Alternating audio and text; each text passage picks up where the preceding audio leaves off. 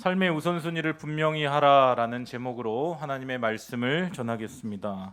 학개, 스가랴, 말라기는 포로기 이후 페르시아 시대를 배경으로 한 구약의 선지서입니다. 특별히 소선지서라고 그렇게 불리죠. 기원전 520년경에 이스라엘이 바벨론 포로 생활을 하다가 이제 다시 귀환을 하게 되는데요. 귀환을 한 유대인들에게 성전 재건을 촉구했던 선지자가 바로 학개 선지자였습니다. 학개라고 하는 이름의 뜻은 축제라는 의미를 가지고 있습니다. 오늘 학개 1장 말씀 우리가 쭉 읽어봤는데요. 학개 1장 말씀의 핵심 주제는 성전 재건입니다. 성전 재건. 더 구체적으로 말하자면 성전 건축을 중단한 이스라엘 백성들과 하나님과의 대화를 담고 있습니다. 여러분, 성전이 무엇일까요? 성전은 하나님의 임재가 거하는 그런 처소, 장소입니다. 예배와 언약의 중심이자 백성의 신앙적 정체성을 상징하는 장소가 바로 성전입니다. 우리식으로 말하면 교회라고 할 수 있죠. 교회는 하나님의 임재가 거하는 장소고 예배와 언약의 중심이자 우리 그리스도인의 신앙적 정체성을 상징하는 교회, 예배당이 바로 이 성전과 같다라는 것이죠. 그래서 이 교회가 그만큼 중요한 것입니다. 교회가 건강한 것이 그래서 중요해요.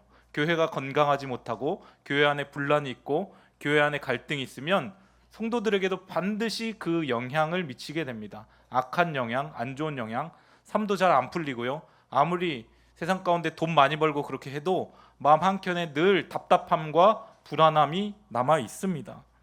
여러분, 왜 성전을 그럼 재건을 해야 할까요? 이스라엘 백성들이 성전을 재건을 해야 했던 이유는 무엇이냐면 BC 586년도에 남유다 왕국이 바벨론으로부터 이제 느부갓네살 왕에 의하여 이제 처참하게 그 성전이 파괴가 되죠. 솔로몬 성전이 파괴가 됩니다. 이스라엘의 자랑이자 정체성이 완전히 무너진 것입니다.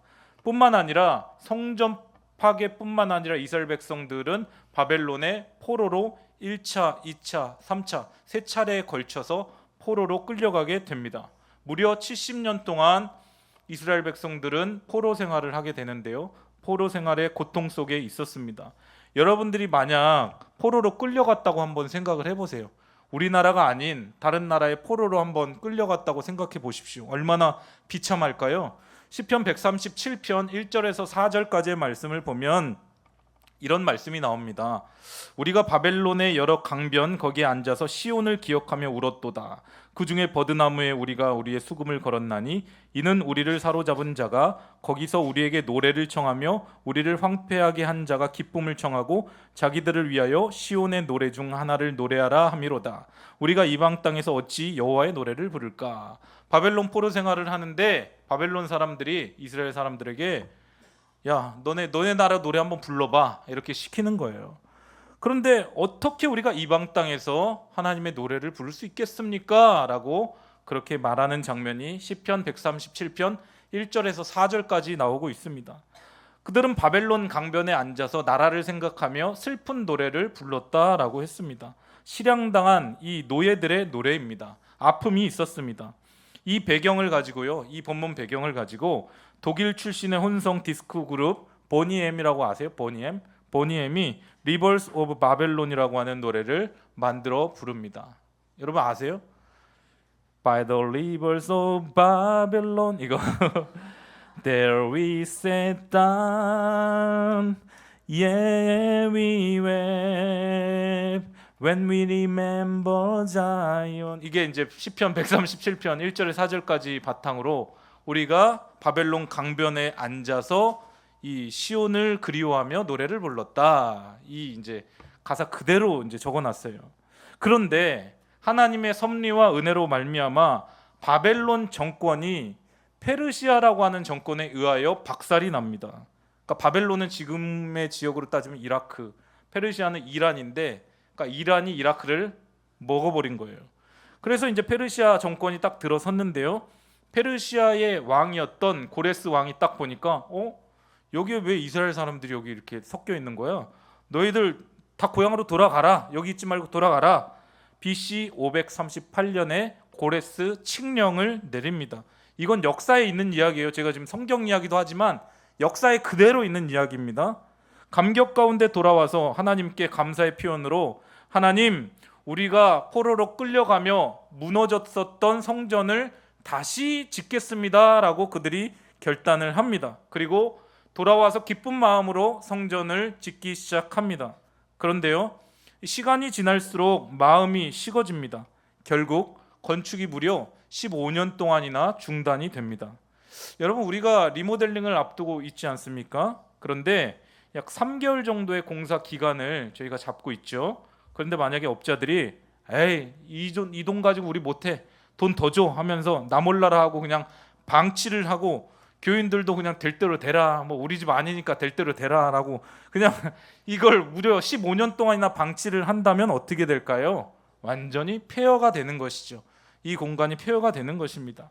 이스라엘 백성들은 언약의 백성, 약속의 백성인데요, 이스라엘 나라는 우리나라의 강원도 땅 정도의 크기밖에 되지 않습니다. 그런데 약속의 백성이기 때문에, 언약의 백성이기 때문에 하나님이 그들을 사용하시는 것이죠. 지금도요, 희한한 것은 미국의 심장부에는 다 유대인들이 자리 잡고 있어서, 제가 이전에 한번 뉴스를 보니까 이 정치 지도자들, 이제 대통령이 되기 위해서는 그 이스라엘 정책을 어떻게 펼칠 것인가, 그 유대인들 앞에서 브리핑을 막 하더라고요. 유대인들이 쫙 앉아 있고, 이제 민주당 후보, 공화당 후보 한 사람씩 올라와 가지고 우리는 어떤 정책을 펼치겠습니다, 어떻게 하겠습니다, 우리가 어떻게 돕겠습니다, 이걸 막 브리핑을 하는 것을 봤어요. 조그마한 나라밖에 안 되는데 막 그 지금의 현재 세계 최강대국이라고 불리는 그 나라 심장부 가운데도 이 유대인들이 들어가 있는 걸 보고, 야, 이거 대단하다라는 생각이 들었습니다. 그런데 하나님의 언약 백성이기 때문에 하나님이 그들을 사용하시는 것이지, 만약에 그게 없으면 그냥 아무것도 아닌 자들이라는 것이죠. 그들은 말씀을 맡은 백성들인데요, 포로 생활에서 돌아와서, 그런데 이들이 성전을 조금을 재건하려고 하다가, 건축하려고 하다가 이제 자기 살림을 먼저 챙긴 거예요. 먹고 살기 바쁘고 자기 삶에 편안하고 조건을 바꾸는 일에 목숨을 걸어버립니다. 하나님이 그 모습을 보면서 어떤 생각이 드실까요? 매우 답답할 거예요. 하나님이 그래서 학개 선지자에게 말씀하십니다. 1절 말씀입니다. 다리오 왕 제2년 여섯째 달 곧 그 달 초하루에 여호와의 말씀이 선지자 학개로 말미암아 스알디엘의 아들 유다 총독 스룹바벨과 여호사닥의 아들 대제사장 여호수아에게 임하니라. 이르시되, 아멘. 유다 백성이 바벨론 포로에서 돌아온 지 약 18년이나 지났음에도 성전 재건이 중단되어 있자 하나님이 참다 못해 학개 선지자에게 이렇게 이제 말씀을 하십니다. 2절 말씀. 만군의 여호와가 이같이 말하여 이르노라. 이 백성이 말하기를 여호와의 전을 건축할 시기가 이르지 아니하였다 하는지라. 아멘. 너희들 그런 이야기하되 여호와의 전 건축할 시기가 이르지 아니하였다라고 너희들이 그렇게 지금 말하고 있대. 그러면서 하시는 말씀이 이 백성이라고 말씀하십니다. 이 백성이. 하나님은 한 번도 이스라엘 백성을 이 백성이라고 말씀하신 적이 없습니다. 언제나 나의 백성이라고 하셨어요. 나의 백성이. 나의 백성이라고 했지 이 백성이 this people이라고 하지 않으셨습니다. 하나님의 거리감과 불쾌감의 표현입니다. 내 놈들, 여호와의 전 건축할 시기가 아니라고 했지 너희들 한번 봐라. 한번 그렇게 하나님 말씀하십니다. 백성들의 논리는 무엇이냐면, 먹고 살기 바쁜데 지금 무슨 건축을 합니까? 지금 건축할 때입니까? 방해가 심하지 않습니까? 주변 민족들의 방해를 이용해서 핑계를 삼습니다. 또 우리가 자율권은 있지만 여전히 페르시아의 식민지 아닙니까? 구구한 변명들이 있었습니다. 그러나 그 누구도 사랑이 식었다라고 말하는 사람은 없었어요. 하나님께 대한 첫사랑이 식었습니다, 그 은혜를 우리가 잊었습니다라고 말하는 사람이 없었습니다. 하나님이 지금 말씀하시는 것은 너희들 딴 얘기하지 마라. 너희들 내가 베풀어진 은혜에 대한 감격이 식은 거지, 뭐 이 핑계 저 핑계 대지 마. 난 그 너희들의 중심을 알고 있어. 하나님 말씀하십니다. 여러분, 우리와 비슷하죠? 우리도 하나님 일 지금은 못한다라고 하는 거예요. 항상 지금은 못한다. 안 한다고는 절대 말 안 합니다. 나중에 하겠습니다. 지금은 때가 아닙니다. 대학 가면 열심히 하겠습니다. 취업하면 열심히 하겠습니다. 어떤 사람은 뭐 더 삶의 형편이 나아지면 하겠습니다. 여러분, 우리가 삶의 형편이 나아진다고 하나님의 일을 더 잘한다는 보장은 없습니다. 오히려 사람들은 환경과 조건이 좋으면요, 죄 짓는데 자기의 에너지를 더 많이 씁니다. 젊은 사람들 막 건강하니까 술 마시고 담배 피는데 막 자기 에너지를 그렇게 막 쓰잖아요. 여러분 몸이 안 좋아 보세요. 간이 안 좋아 보세요. 한번 간이. 그럼 막 술 함부로 마시겠나? 절대 그렇게 못 합니다. 우리는 뭐가 있어야만 할 수 있다고 생각하는데 그렇지 않아요. 본심에 하나님 사랑하는 마음이 없다라고 하나님은 진단하십니다. 하나님의 은혜에 대한 감격이 사라졌다라고 하나님은 그렇게 진단을 하셨다. 그 본심을 폭로하셨다라는 거예요.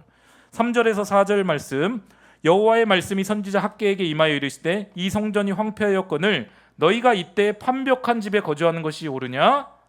학개에게 계속 말씀하시죠. 이 성전이 지금 완전히 황폐하게 되었는데 너희가 이때 판벽한 집에 거주하는 게 옳으냐? 판벽한 집은 당시 고급 목재로 잘 꾸며진 주택을 말합니다. 오늘식으로 맨션, 좋은 집을 말합니다. 하나님의 집은 방치해 놓고 너희들 집들 보니까 되게 좋대. 하나님의 집은 황폐해 있는데 야 너희들 집은 한강뷰에 야 고급 아파트에 살고 있네. 야 먹고 살기 힘들다 그러는데 너희들 할 거 다 하고 옷은 다 명품이네. 그렇게 하나님이 지금 말씀하시는 거예요. 5절과 7절에서 그래서 두 번에 걸쳐서 너희 행동을 잘 한번 살펴봐라. 너희 행동을 잘 한번 살펴봐라 라고 말씀하십니다. 그러니까 하나님은 복잡하게 얘기 안 하시고 자기의 유익만을 위해 살았던 사람들의 결과에 대해 말씀을 하시는데요. 6절과 9절 말씀입니다. 6절 말씀, 너희가 많이 뿌릴지라도 수확이 적으며 먹을지라도 배부르지 못하며 마실지라도 흡족하지 못하며 입어도 따뜻하지 못하며 일꾼이 삭슬받아도 그것을 구멍 뚫어진 전대에 넣음이 되느니라. 아멘. 너희가 많이 뿌릴지라도 수확이 적으며 아무리 너희가 힘쓰고 애써서 땀 흘려 노력한다 할지라도 결국에는 열매가 없을 거야. 수확이 없을 거야. 하나님 말씀하세요. 하나님께서 말씀하신 수확이 적고 열매가 없음은 하나님과의 언약 관계가 완전히 무너졌음을 상징하는 표현입니다. 그러면서 먹을지라도 배부르지 못하며 마실지라도 흡족하지 못하며 소화시키는 사람이 누구냐? 소화시키는 분이 누구냐? 나 아니냐라고 말씀하시죠. 너희들 아무리 먹어도 너희들 배부르지 못할 거고 아무리 마셔도 흡족하지 못할 거야. 여러분 우리는 그걸 굉장히 당연하게 여기죠. 그런데요, 저는 일전에 한번 이런 경험을 한 적이 있습니다. 목으로 넘기질 못하는 거예요, 음식을. 그런 적 있으세요? 목으로 뭘 음식을 먹으려고 하는데 이게 목젖에 이제 힘이 안 들어가가지고 이게 넘어가지는 않아요. 막 답답하고 제가 여기저기 막 찾아봤는데 그 장애가 있어요. 삼킴 장애 한번 보세요. 삼킴 장애라고. 물도 잘 못 넘겨요. 이게 꿀꺽하고 넘겨야 되는데 꿀꺽이 안 되는 거예요. 전 그때 알았습니다. 내가 이렇게 평상시에 자연스럽게 했던 모든 그런 행동들이 이게 다 하나님의 은혜였구나. 하나님의 보호였구나. 이걸 알게 되었습니다. 마실지라도 흡족하지 못하며 하나님의 턱 한번 건드리면 아무리 마셔도 흡족하지 못하다라는 것입니다. 일꾼이 삭슬받아도 그것을 구멍 뚫어진 전대에 넣음 같다라고 했습니다. 아무리 돈을 받아도 돈을 모아도 이게 계속해서 밑빠진 독에 물붓기가 된다라는 것이죠. 한 방에 막 사기당하고 다 날아가 버린다. 이렇게 인생이 된다라고 말씀하십니다. 어떨 때요? 우선순위가 분명하지 못할 때, 하나님을 향한 은혜의 그 마음이 사라졌을 때, 사랑이 식어졌을 때 우리 인생이 이렇게 될 수 있다라는 것입니다. 9절 말씀 보니까요. 너희가 많은 것을 바랐으나 도리어 적었고 너희가 그것을 집으로 가져갔으나 내가 불어버렸느니라. 나 만군의 여호와가 말하노라 이것이 무슨 까닭이냐? 내 집은 황폐하였으되 너희는 각각 자기의 집을 짓기 위하여 빨랐음이라 라고 말씀하십니다. 내 집은 황폐하였으되 너희는 각각 자기의 집을 짓기 위하여 빨랐음이라 라고 말합니다. 하나님의 성전은 방치되어 있는데 각각 자기의 집들을 잘 지어나가는 데는 빨랐다라고 하나님이 그렇게 실망하십니다. 하나님을 우선순위로 두지 않으니까 이렇게 하나님이 실망하시고 하나님이 6절 말씀처럼 그렇게 뿌릴지라도 썩 적고 배부르지 못하고 마실지라도 흡족하지 못한 결과가 나오게 되더라라는 것입니다. 그렇다면 사랑하는 성도 여러분, 이제껏 우리 인생을 돌아보면서 누구의 뜻대로 살아오셨습니까? 누구의 뜻대로? 결국에는 그 인생 돌아보면 다 내 뜻대로 살았습니다. 내 뜻대로. 다 내 뜻대로. 하나님 뜻대로 산다고 하지만 결국에는 내 뜻대로 살았습니다. 나름대로 열심히 살았죠. 열심히 살았고 또 땀도 흘렸고 세상에서 실적도 올리고, 그런데 때론 하나님의 말씀에 순종하지 못하고 불순종하고 예배도 제대로 안 드렸고 기도의 자리도 떠났고, 뭐 남은 게 그러면 무엇이 있나? 남은 것, 결국에 남은 게 없게 되는 그런 결과가 나오게 되더라라는 것이죠. 시편 127편 1절 2절 말씀은 이렇게 말씀합니다. 여호와께서 집을 세우지 아니하시면 세우는 자의 수고가 헛되고 여호와께서 성을 지키지 아니하시면 파수꾼의 깨어 있음이 헛되도다. 너희가 일찍이 일어나고 늦게 누우며 수고의 떡을 먹음이 헛되도다라고 말씀하십니다. 하나님이 집을 세우지 아니하시면 세운 자의 수고가 헛되다. 우리 교회가 이제 아름답게 세워 나갈 텐데 하나님이 세우지 아니하시면 헛되고, 또 하나님이 지켜 주시지 않으면 우리가 열심히 두 눈 부릅뜨고 지키려고 해도 파수꾼에 깨어 있음이 헛된 것이죠. 우리가 일찍 일어나고 늦게 누우면서 수고의 떡, 열심히 막 돈 버는 것, 그것이 헛되다라고 말씀하고 있습니다. 여러분, 결론이 나왔죠? 삶의 우선순위를 누구에게 도와야 할까요? 하나님께 도와야 합니다. 우리 인생의 우선순위, 하나님이 첫 번째입니다. 첫 번째. 사실 첫 번째라고 하는 것도 순서로 하나님은 매길 수가 없는 분이시죠. 하나님은 우선순위입니다. 우리의 조건이 문제가 되지 않습니다. 상황이 문제가 되지 않습니다. 사명을 이루어 나간 데는 절대 조건이 문제가 되지 않습니다. 배부름과 배고픔, 핵심 조건이 아니다는 거예요. 바울이 이렇게 고백했죠. 나는 비천에 처할 줄도 알고 풍부에 처할 줄도 알고 배부름과 배고픔 모든 것에 일체의 비결을 배웠노라. 내게 능력 주신 자 안에서 내가 모든 것을 할 수 있느니라. 아멘. 심지어 우리 성도님들 병들었을 때도요, 어떤 상황에서도 하나님을 먼저 섬기는 것은 가능합니다. 여러분, 오래 아마 신앙생활 하셨던 분들은 저의 막내 이모를 아실 거예요. 저의 막내 이모 고 조진경 집사님을 아실 것입니다. 그런데 암으로 병원에 입원했을 때 항상 저에게 부탁하셨던 것은 전도지를 부탁하셨어요. 전도지.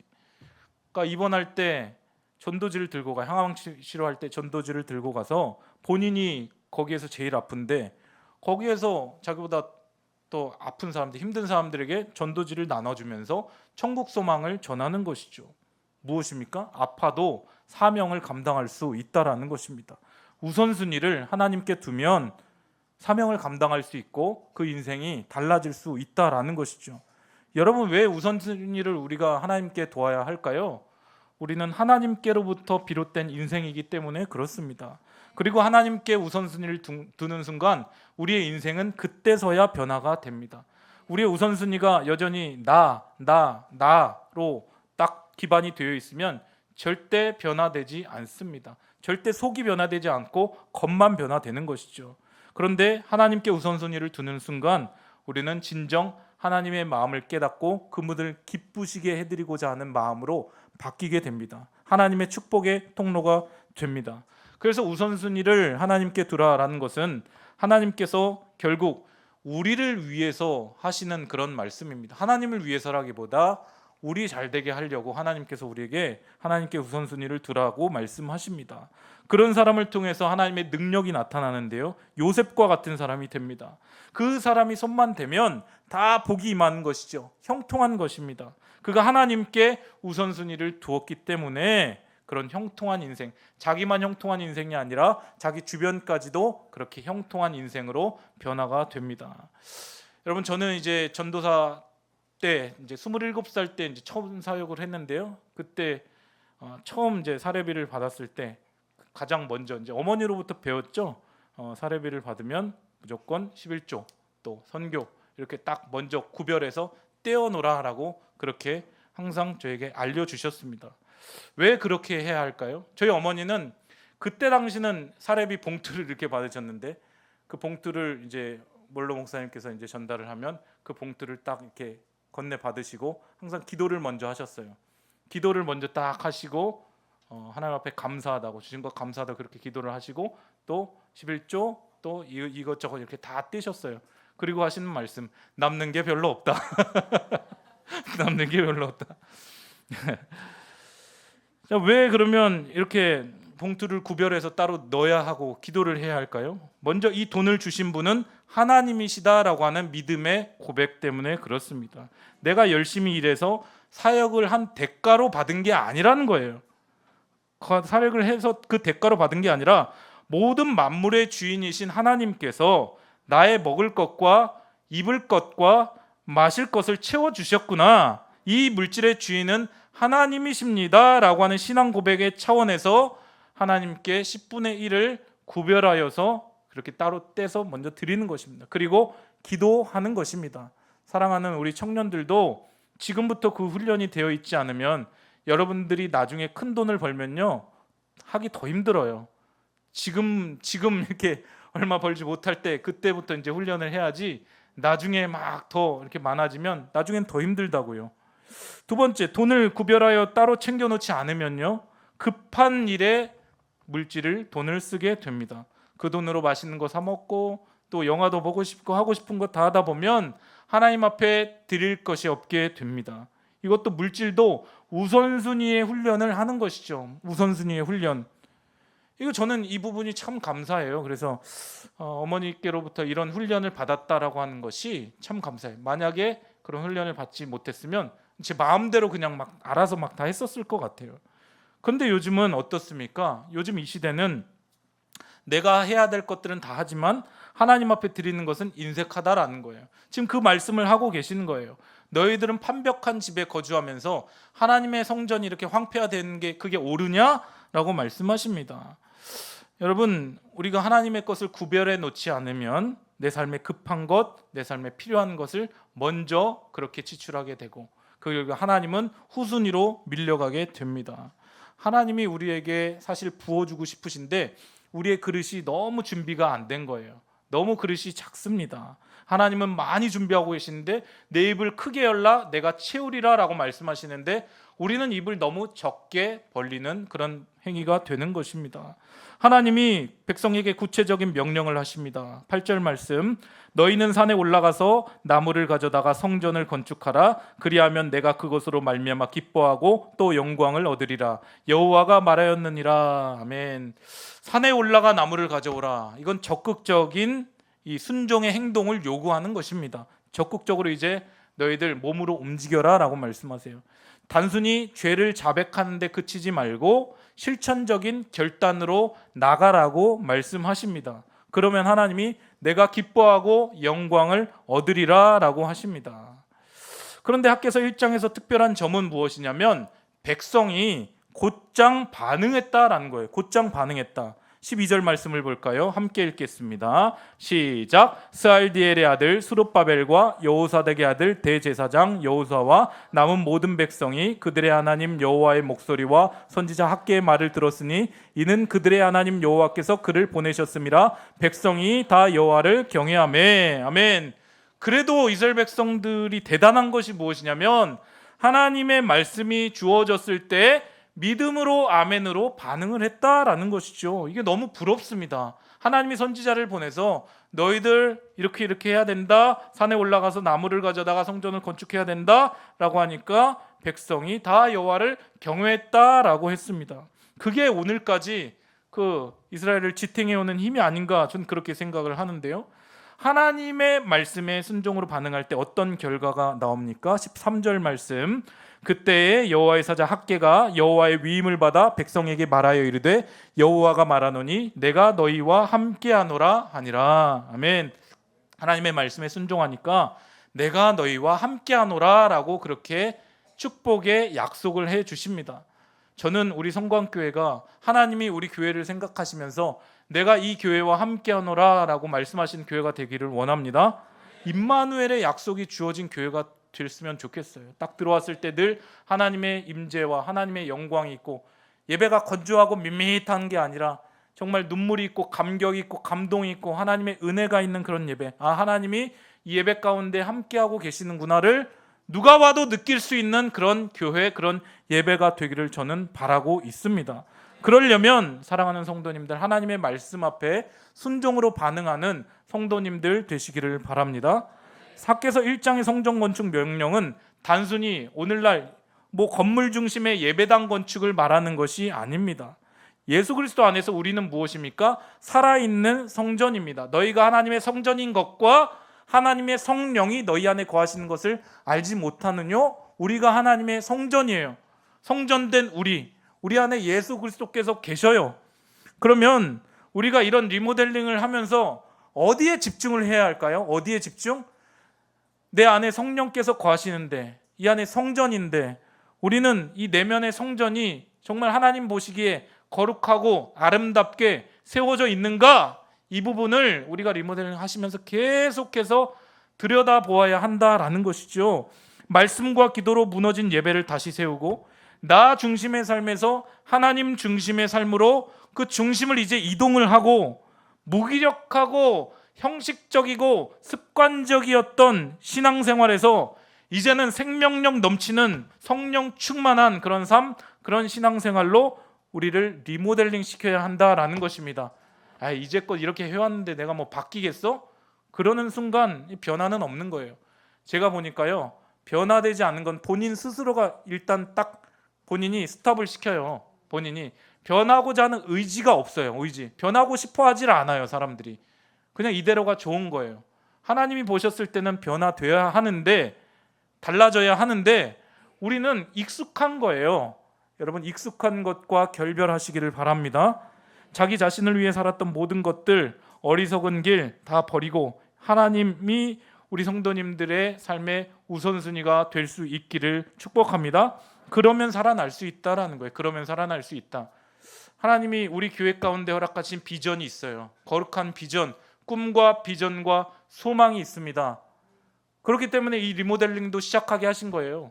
제가 뭐 리모델링을 기획을 했습니까? 뭐 준비를 했습니까? 그렇지 않아요.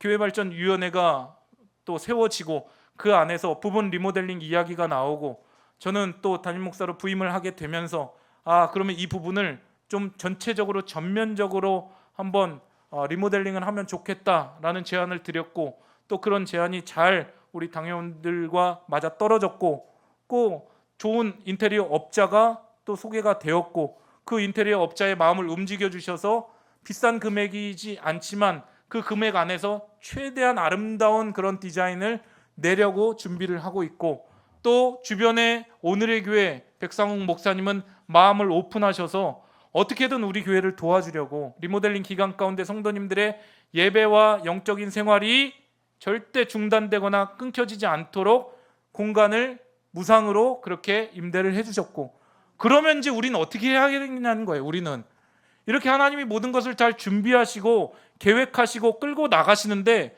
하나님이 시작하신 일을 우리가 지금 보고 있는데, 그럼 우리는 어떻게 해야 되겠냐는 거예요. 하나님 알아서 하시겠지, 그게 아니고요. 우리도 적극적으로 학계 선지자들을 통해서 하나님께서 이스라엘 백성들에게 말하셨을 때 우리가 여호와를 경외하겠습니다, 순종하겠습니다라고 결단하며 나아갔던 그 결단이 우리 가운데 있어야 할 줄 믿습니다. 그럼 목회자도요, 죄송한 말씀이지만 부담돼요. 저라고 부담되지 않겠습니까? 오해하지 마십시오. 저도 부담돼요. 저는 다 되고 나서 오면 좋죠. 그렇잖아요. 생각해 보세요. 다 되고 나서 오면 저는 그 훨씬 더 좋은 것 아닙니까? 가끔씩 인간적인 생각으로 나 왜 내가 와가지고 이거부터 해야 되는 거야. 이게 인간적인 마음이라고요. 우리 성도님들 착각하지 마십시오. 한 배를 탄 거예요. 같은 마음으로 저도 이 일에 동참을 하는 거고, 우리 성도님들도 이 일에 합심하여서 한마음 한뜻 되어서 이 일을 이루어 나가야 한다라는 것입니다. 우리가 15년 동안 방치돼 그냥 놓고 있었던 이스라엘 백성들과 같이 그냥 그렇게 이스라엘 백성들이 성전을 방치했던 것이 그렇게 두지 말고 황폐했던 것들을 다시 재건할 수 있는 삶의 우선순위를 조정할 수 있기를 바랍니다. 그래야 우리 개인이 살고 여러분 가정이 살고 우리 교회 공동체가 다시 살아나게 될 줄 믿습니다. 하나님이 행하실 놀라운 일들을 기대하면서 여러분들 소망하면서 더 많이 기도해 주시기를 바라고요. 바라기는 이제 다음 주부터 우리가 오늘의 교회에서 예배를 드릴 때 우리가 정말 뜨겁게 하나님을 예배하면서 하나님 행하실 일들을 우리가 기대하고 소망합니다. 기도하면서 그렇게 준비하면서 그렇게 나가길 원합니다. 한 사람도 은혜의 방관자 되지 마시고 은혜의 참여자 되시길 바랍니다. 은혜의 주인공 되시길 바랍니다. 이 일에 나는 뒤로 쓱 빠졌다가 이제 나중에 한번 슬쩍 이렇게 공치사해야지 이런 생각하지 마시고 우리 모두가 적극적인 마음으로 다 달려들어서 다 뛰어들어서 하나님께서 하셨습니다라고 그렇게 아름답게 찬양을 올려드릴 수 있는 그날이 임하기를 주님의 이름으로 간절히 축원을 드립니다. 우리 함께 기도하며 나아갈 때 비준비하신 우리가 찬양하고 우리 기도하겠습니다. 자, 세션팀은 처음부터 풀 세션으로 해주세요. 중간에부터 들어오지 마시고 풀 세션으로. 우리를 위해 준비하신 하나님, 우리에게 은혜를 부어주실 하나님을 기대하면서 우리 함께 믿음으로 이 찬양을 고백하겠습니다. 우리 주는 위대하며 우리 주는 위대하며 능력이 많으시도다. 그의 지혜 무궁하며 그의 지혜 무궁 인자는 영원하도다. 인자는 영원하도다. 상한 마음 고치시며 상한 마음을 고치시며 상처를 싸매시도다. 상처를 싸매시도다. 별들의 수를 세시며 이름을 붙이셨도다. 그가 구름으로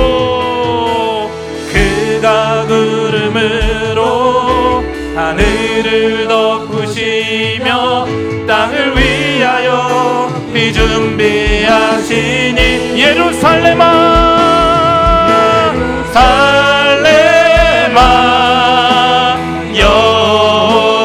여호와를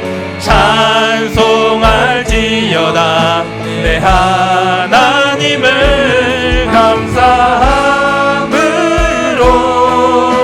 그 앞에 나가며 임재 앞에 경배. 우리 주는 위대하며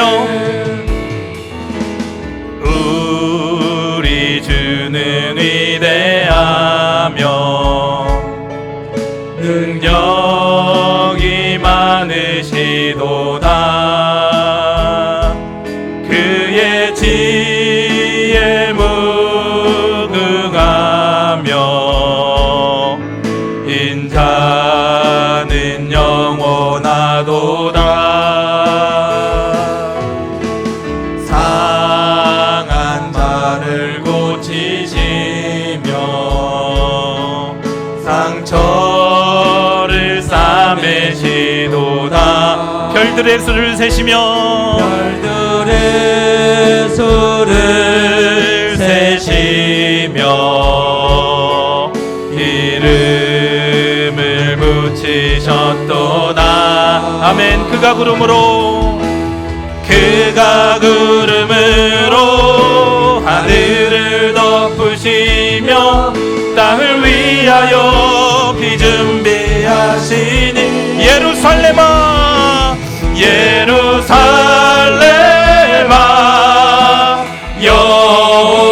여호와를 찬송할지어다. 내 하나님을 감사함으로 그 앞에 나가며 임재 앞에 우리 두 손 높이 들고 예루살렘아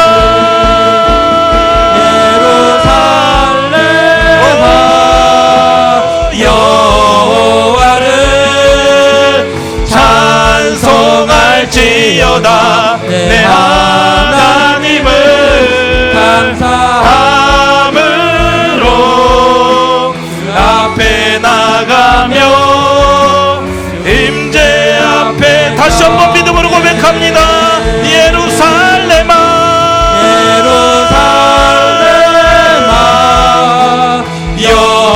여호와를 찬송할지어다.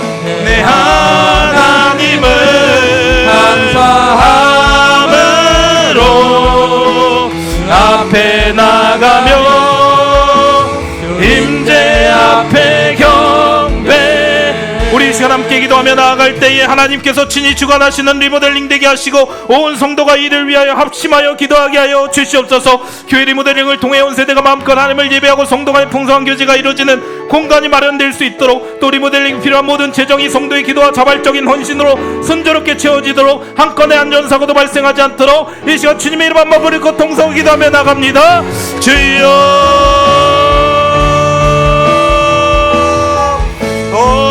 할렐루야. 하나님 아버지 늘 감사합니다. 우리 교회를 사랑하셔서 아버지 하나의 새로운 도약을 위하여 리모델링을 허락하게 하여 주심을 감사합니다. 하나님께서 친히 주관하시는 리모델링이 되게 하시고 온 성도가 이를 위하여 한마음만 뜻되어 합심하여 아버지의 거룩한 자발성을 가지고 나아가게 하여 주시옵소서. 하나님 아버지, 교회 리모델링을 통하여 온 세대가 마음껏 하나님을 예배하고 기도하고 찬양하는 공간이 마련되게 하여 주시고 아버지 하나님 풍성한 교제가 이루어지는 공간이 마련되게 하여 주시옵소서. 리모델링에 필요한 모든 재정이 지어지기를 원합니다. 아버지 하나님 성도의 기도와 자발적인 헌신으로 순조롭게 지어지게 하여 주시옵소서. 리모델링을 진행하는 인테리어 업체에 올리아과 부살레 같은 지어 청명을 허락하여 주시고 현장에서 작업하는 근로자들이 정직하고 성실하게 일하게 하시며 그들의 손길을 정교하고 세밀하게 붙드셔서 한 건의 안전사고도 발생하지 않도록 주여 인도하여 주시옵소서. 주여 우리 교회를 사용하여 주시옵소서. 하나님 아버지여, 우리 성도의 마음을 열어주시고 아버지 하나의 차원하는 심령을 허락하여 주시옵소서. 주님의 교회를 사랑하는 마음을 허락하여 주시옵소서. 아버지여, 우리가 이 교회에서 하나님 앞에 예배하고 은혜 받는 공간이 오니 주님의 교회를 소중히 여기는 마음을 우리에게 허락하여 주시옵소서. 주여 은혜를 더하여 주시옵소서. 오 주여 은혜를 부어 주시옵소서. 우리 청년부 자리에서 일어나시고 이번 주 목요일부터 토요일까지 2박 3일 동안 청년부 여름 수련회를 앞두고 있습니다. 우리 청년부 이번 수련회를 통하여서 살아계신 하나님을 경험하고 예수님을 인격적으로 만나고 꿈과 비전과 소망을 발견하고 다쳤던 분들이 활짝활짝 열리는 은혜의 시간이 될 수 있도록 기도해 주시기를 바랍니다. 한 건의 안전사고 발생하지 않게 하여 주시고 오고 가는 교통편 안전하게 지켜주시며 모두가 다 하나님의 그 은혜만을 높이는 귀한 시간 될 수 있게 해달라고 청년부를 위하여 주님의 이름 한번 부르고 통성을 기도하며 나갑니다. 주여, 주님, 아버지 하나님 은혜를 감사합니다. 하나님 아버지요,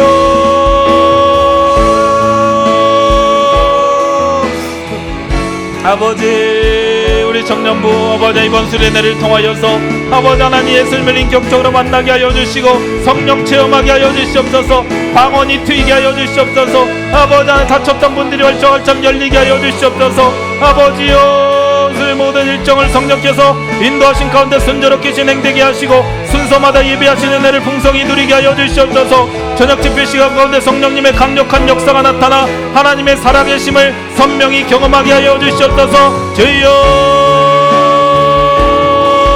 아버지 우리 청년들을 주인 기억하여 주시옵소서. 마음의 상처와 아픔들은 아버지 깨끗하게 씻겨지게 하여 주시고 주님의 만지심과 치유하심과 회복의 은혜를 경험하게 하여 주시옵소서. 하나님 아버지여, 거룩한 숨과 아버지 소망과 비전을 품고 돌아오는 시간 되게 하여 주시옵소서. 주여 이들을 축복합니다. 주여 이들에게 은혜를 부어주시옵소서. 또한 아버지 하나님 우리 유초등부와 중고등부에도 하나님 아버지 은혜를 부어주실 줄 믿습니다. 주의 역사여 주시옵소서.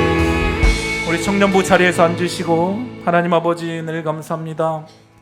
우리 교회를 사랑하셔서 새로운 도약과 부흥을 위하여 리모델링을 허락하게 하심을 감사합니다.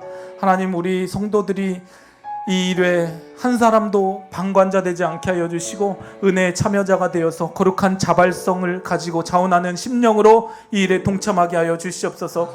교회 사랑하는 마음으로 더 많이 기도하게 하시고 더 많이 애쓰고 더 많이 헌신할 수 있는 우리 성도님들 되게 하여 주시옵소서. 교회 공간이 아름답게 리모델링 되어서 정말 하나님을 마음껏 예배하고 기도하고 찬양하고 성도 간의 풍성한 교제가 이루어지는 공간으로 재탈바꿈되게 하여 주시고 또한 지역사회에도 선한 영향력을 끼칠 수 있는 그런 공간이 마련되게 하여 주시옵소서. 이 일을 통해 하나님 영광 받아주시고 특별히 아버지 하나님 일꾼들에게 정말 주님께서 지혜와 총명함을 허락하여 주셔서 세밀하고 꼼꼼하게 일을 잘 진행해 나가게 하여 주시고 한 건의 안전사고도 발생하지 않도록 성령의 불담으로 보호하여 주시고 막아 주시옵소서. 일을 행하실 주님을 기대하며 예수님의 이름으로 기도드립니다.